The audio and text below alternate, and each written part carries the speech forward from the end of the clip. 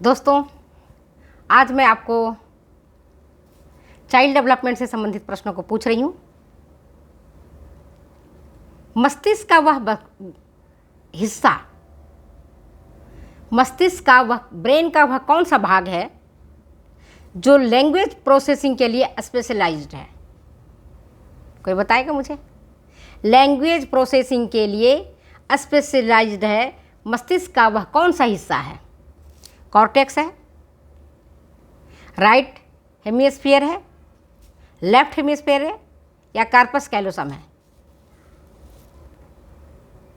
बच्चे कंफ्यूज हो जाएंगे, कहेंगे मैडम ने क्या क्वेश्चन, कहाँ से क्वेश्चन लाए? मस्तिष्क का वह कौन सा भाग है, कौन सा हिस्सा है जो लैंग्वेज प्रोसेसिंग के लिए स्पेशलाइज्ड है? वो है बायां हेमिस्फीयर। एक क्वेश्चन है।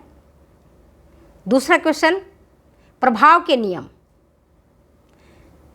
को किसने सूत्रबद्ध तैयार किया है? लॉ ऑफ इफेक्ट को किसने सूत्रबद्ध तैयार किया है? पावलोव, पहला ऑप्शन। दूसरा वाटसन, तीसरा स्किनर, चौथा बेंदोरा। सही उत्तर इनमें से कौन सा है? बच्चों, इनमें से जो सही उत्तर है वो है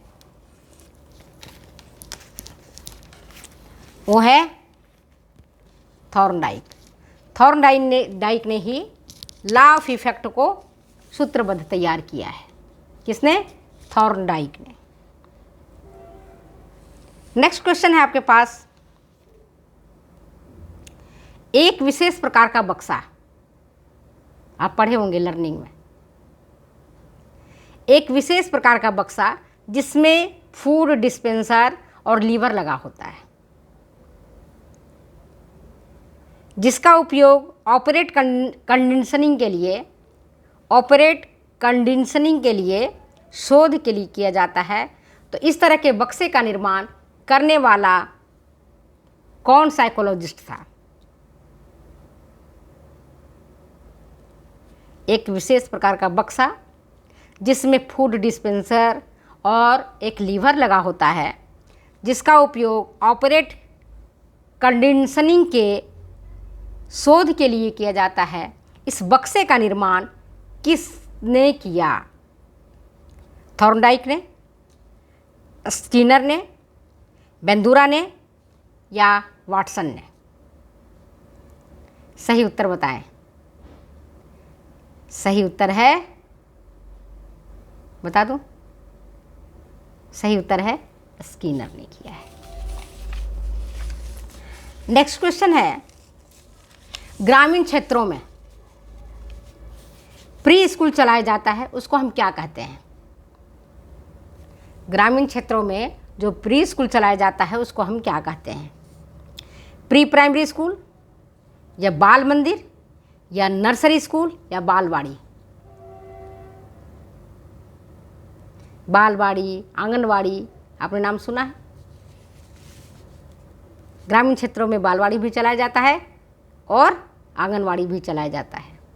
तो ग्रामीण क्षेत्रों में जो प्री स्कूल चलाया जाता है उसको हम कहते हैं बालवाड़ी।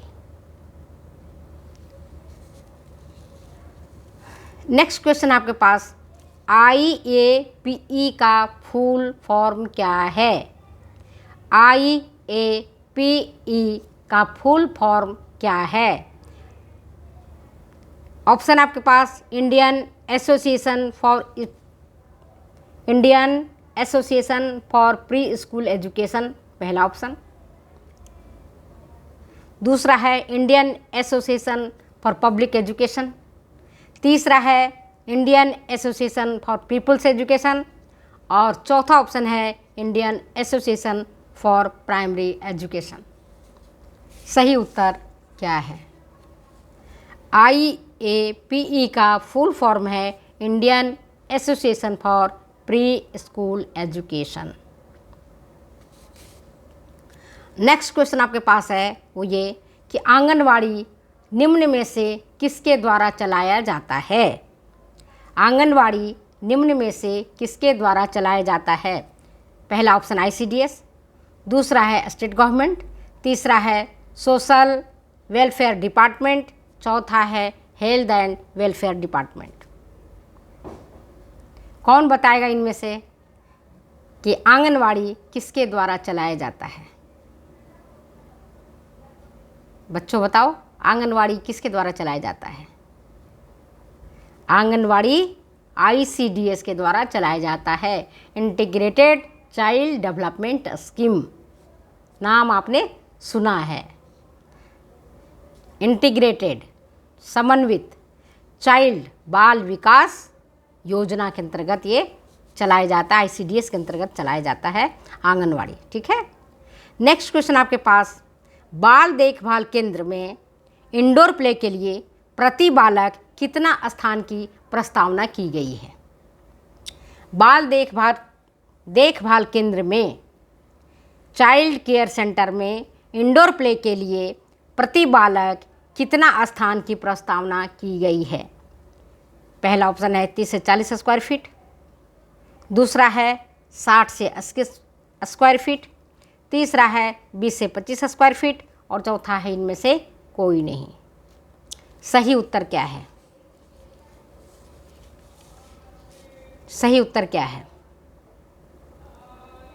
बाल देखभाल केंद्र में इंडोर प्ले के लिए जो प्रति बालक कितना स्थान होना चाहिए इसकी प्रस्तावना की गई है, वो की गई है 30 से 40 स्क्वायर फीट एक बालक को इंडोर प्ले के लिए स्थान देना आवश्यक है, इतना रिकमेंड किया गया है। नेक्स्ट क्वेश्चन है बहुत ईजी, वो ये कि बालवाड़ी या नर्सरी स्कूल का समय कितने घंटे का होना चाहिए? बालवाड़ी या नर्सरी स्कूल का समय कितने घंटे का होना चाहिए?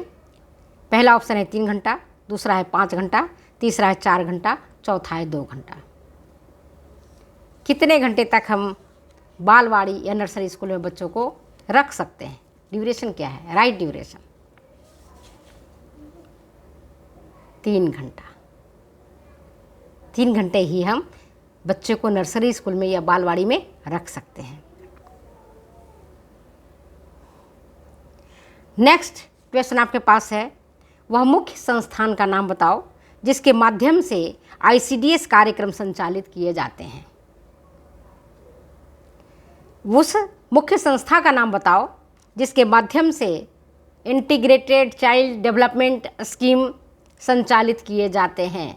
अभी मैंने प्रश्न पूछा है, उसी प्रश्न को घुमा करके यहाँ नीचे पूछा गया है, ट्विस्ट कर दिया गया है क्वेश्चन को। ऑप्शन है आपके पास क्रेच, दूसरा है आंगनवाड़ी, तीसरा है नर्सरी स्कूल और चौथा है प्राथमिक स्कूल। सही उत्तर क्या है बोलो? सही उत्तर क्या है बच्चे? ICDS योजना को आंगनवाड़ी के माध्यम से चलाया जाता है। सही उत्तर क्या है? वो है आंगनवाड़ी। नेक्स्ट क्वेश्चन आपके पास वो ये, बालकों तथा अभिभावकों के लिए अच्छे लिटरेचर पेरियोडिकली प्रकाशित किए जाते हैं, किसके द्वारा? बालकों और अभिभावकों के लिए अच्छे साहित्य का प्रकाशन किसके द्वारा किया जाता है? ऑप्शन आपके पास CBT, दूसरा है केयर, तीसरा NCERT, चौथा है CSWB। कौन अच्छे साहित्य का प्रकाशन करता है बालकों के लिए और अभिभावकों के लिए? हाँ, पीरियडिकली करता है वो। क्वेश्चन आपके लिए, ढूंढ के बताना मुझे। नेक्स्ट क्वेश्चन आपके पास वो ये कि निम्न में से कौन एरिक एरिक्सन के मनोसामाजिक अवस्था के व्यक्तित्व विकास के अंतर्गत नहीं आता है?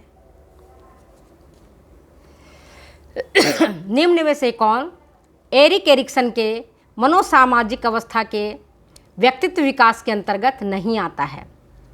ऑप्शन आपके पास ट्रस्ट वर्सेस मिसट्रस्ट, दूसरा है इनिशिएटिव वर्सेस गिल्ट, तीसरा है ऑटोनोमी वर्सेस सेम और चौथा है सेंसरी वर्सेस मोटर।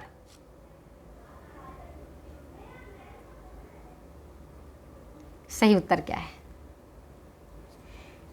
निम्न में से कौन एरिक एरिक्सन के मनोसामाजिक अवस्था के व्यक्तित्व विकास के अंतर्गत नहीं आता है? वो है सेंसरी वर्सेस मोटर। बाकी जो तीनों हैं, trust versus mistrust, initiative versus gift, sorry guilt, initiative versus guilt, autonomous versus shame और डाउट, ये जो है सो एरिक एरिक्सन के मनोसामाजिक अवस्था के व्यक्तित्व विकास के अंतर्गत ही गिना जाता है, उसके अंतर्गत ही इसका अध्ययन किया जाता है।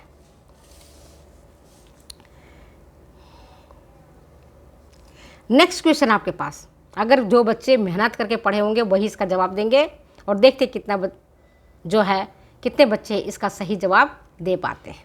प्रश्न क्या है? बंदूरा का सामाजिक संज्ञानात्मक अधिगम किस बात पर जोर देता है? बंदूरा का सामाजिक संज्ञानात्मक अधिगम किस बात पर जोर देता है?